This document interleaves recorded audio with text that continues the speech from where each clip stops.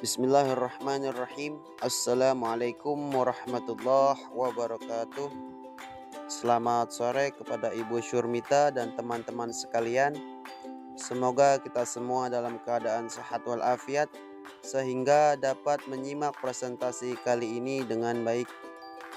Sebelumnya perkenalkan, nama saya Usman Darusman dan teman saya Magfira Audina. Kami dari kelompok 16 akan menyampaikan materi tentang teknik pengumpulan data. Apa itu teknik pengumpulan data? Teknik pengumpulan data merupakan langkah yang paling utama dalam sebuah penelitian, karena tujuan utama dari penelitian adalah mendapatkan data. Tanpa mengetahui teknik pengumpulan data, maka peneliti tidak akan mendapatkan data yang memenuhi standar yang ditetapkan. Dalam penelitian kualitatif, pengumpulan data dilakukan pada natural setting atau kondisi yang alamiah. Sumber data primer dan teknik pengumpulan data lebih banyak pada observasi dan berperan serta atau participant observation, wawancara mendalam, in-depth interview, dan dokumentasi. Ada 4 metode yang biasa digunakan dalam pengumpulan data. Yang pertama, observasi. Yang kedua, wawancara. Yang ketiga, dokumentasi. Dan yang keempat, triangulasi atau gabungan. Metode pengumpulan data yang pertama ialah observasi. Menurut Nasution 1988 yang dikutip oleh Sugiono, observasi adalah dasar semua ilmu pengetahuan. Para ilmuwan hanya dapat bekerja berdasarkan data, yaitu fakta mengenai dunia kenyataan yang diperoleh melalui observasi. Ada 3 macam observasi. Yang pertama, observasi partisipatif. Yang kedua, observasi terus terang dan tersamar. Dan yang ketiga, observasi tak berstruktur. Observasi partisipatif dapat digolongkan menjadi 4, yaitu pasif, moderat, aktif, dan lengkap. Observasi partisipatif pasif. Dalam observasi ini, peneliti datang di tempat orang yang diamati, tetapi tidak terlibat dalam kegiatan tersebut. Partisipatif moderat. Dalam observasi ini, peneliti dalam mengumpulkan data ikut observasi partisipatif dalam beberapa kegiatan, tetapi tidak semuanya. Observasi partisipatif aktif. Dalam observasi ini, peneliti ikut melakukan apa yang dilakukan oleh narasumber tetapi belum sepenuhnya lengkap. Dan observasi partisipatif lengkap. Dalam observasi ini, peneliti sudah terlibat sepenuhnya terhadap apa yang dilakukan sumber data. Jadi suasananya sudah natural. Peneliti tidak terlihat melakukan penelitian. Hal ini merupakan keterlibatan peneliti yang tertinggi terhadap aktivitas kehidupan yang diteliti. Yang kedua, observasi terus terang dan tersamar. Dalam hal ini, peneliti dalam melakukan pengumpulan data menyatakan terus terang kepada sumber data bahwa sedang melakukan penelitian. Jadi, sumber data yang diteliti mengetahui sejak awal sampai akhir tentang aktivitas peneliti. Dan yang terakhir, observasi tak berstruktur. Observasi tak berstruktur. Observasi yang tidak dipersiapkan secara sistematis tentang apa yang akan diobservasi. Manfaat observasi. Menurut Patton dalam Nasution 1988, manfaat observasi adalah sebagai berikut. 1. Dengan observasi di lapangan, peneliti akan lebih mampu memahami konteks data dalam keseluruhan situasi sosial. 2. Dengan observasi, maka akan diperoleh pengalaman langsung, sehingga memungkinkan peneliti menggunakan pendekatan induktif. 3. Dengan observasi, peneliti dapat melihat hal-hal yang kurang atau diminati orang lain, khususnya orang yang berada dalam lingkungan itu, karena telah dianggap biasa dan karena itu tidak akan terungkapkan. Manfaat observasi yang keempat, yaitu dengan observasi, peneliti dapat menemukan hal-hal yang sedianya tidak akan terungkapkan oleh responden dalam wawancara karena bersifat sensitif. 5. Dengan observasi, peneliti dapat menemukan hal-hal yang di luar persepsi responden, sehingga peneliti memperoleh gambaran yang lebih komprehensif. 6. Melalui pengamatan di lapangan, peneliti tidak hanya mengumpulkan data yang kaya, tetapi juga memperoleh kesan-kesan pribadi dan merasakan suasana situasi sosial yang diteliti. Objek observasi. Objek penelitian. Dalam penelitian kualitatif, yang diobservasi menurut Spradlin dinamakan situasi sosial, yang terdiri dari 3 komponen, yaitu yang pertama place, yang kedua actor, dan yang ketiga activity. Place atau tempat di mana interaksi dalam situasi sosial sedang berlangsung. Aktor, pelaku atau orang-orang yang sedang memainkan peran tertentu. Dan activity atau kegiatan yang dilakukan oleh aktor dalam situasi sosial yang sedang berlangsung. 3 elemen objek observasi utama tersebut dapat diperluas menjadi yang pertama space, yaitu ruang dalam aspek fisik. Yang kedua, actor, semua orang yang terlibat dalam situasi sosial. Yang ketiga, activity, seperangkat kegiatan yang dilakukan orang. Yang keempat, objek, yaitu benda-benda yang terdapat di tempat itu. Yang kelima, act, perbuatan atau tindakan tertentu.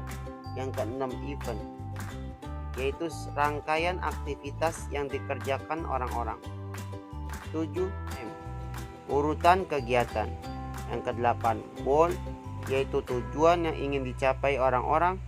Dan yang terakhir, feeling, yaitu emosi yang dirasakan dan diekspresikan oleh orang-orang. Tahapan observasi. Ada 3 tahapan dalam observasi.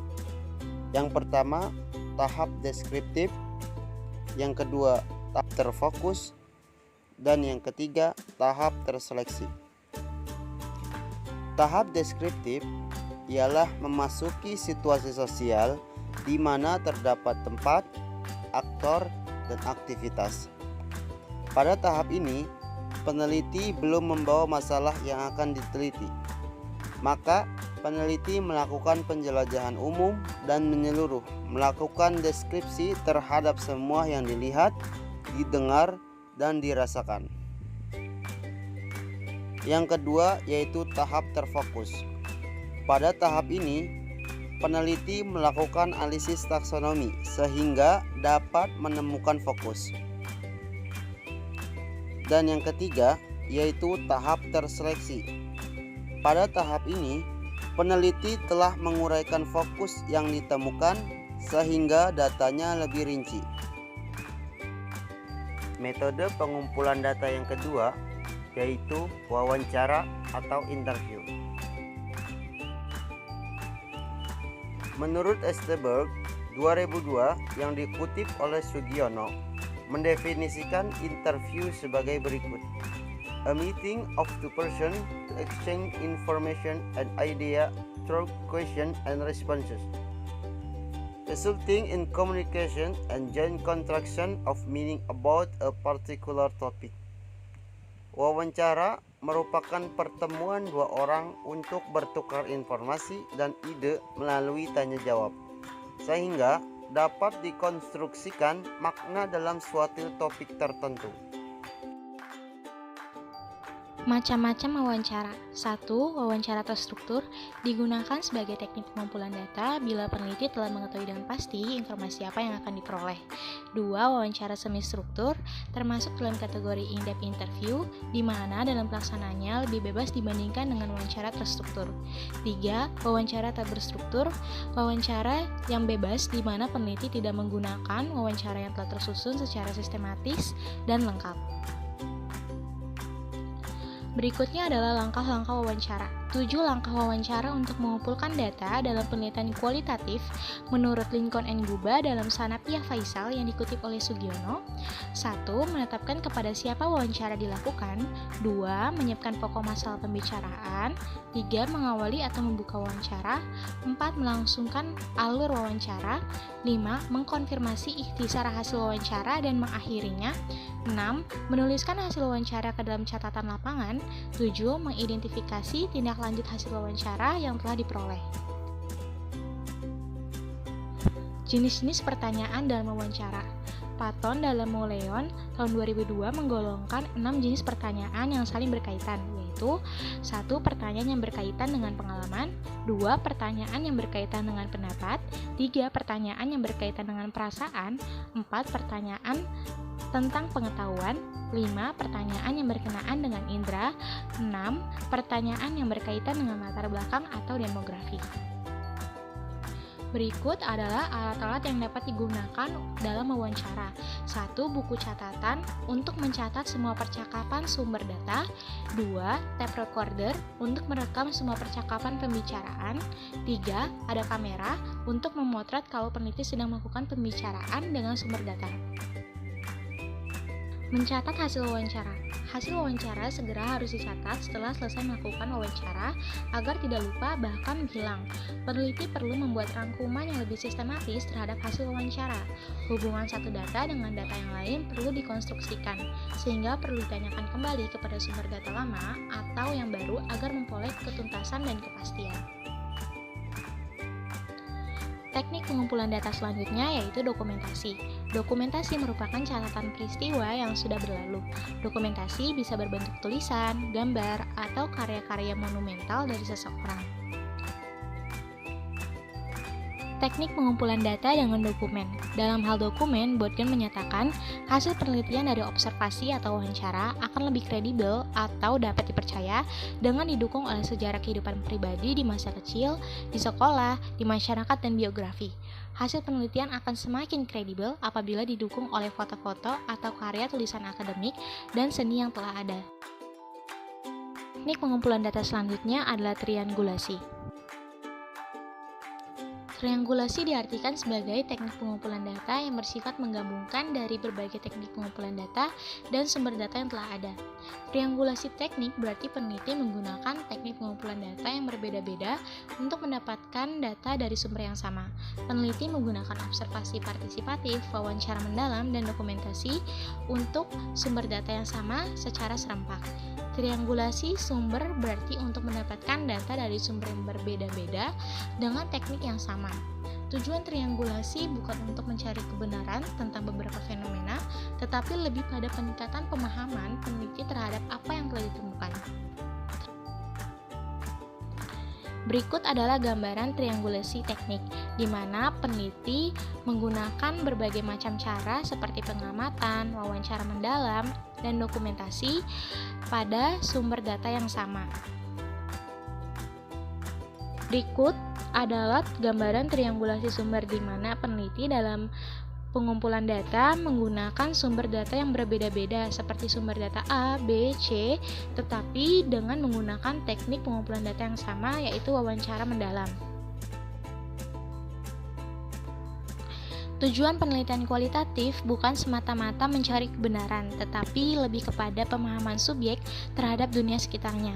Nilai dari teknik pengumpulan data dengan triangulasi adalah untuk mengetahui data yang diperoleh secara meluas atau konvergen, tidak konsisten atau kontradiksi. Oleh karena itu, dengan menggunakan teknik triangulasi dalam pengumpulan data, maka data yang diperoleh akan lebih konsisten, tuntas, dan pasti. Dengan triangulasi akan lebih meningkatkan kekuatan data bila dibandingkan dengan suatu pendekatan. Sekian presentasi dari kelompok kami, semoga informasi ini dapat bermanfaat. Wassalamualaikum warahmatullahi wabarakatuh.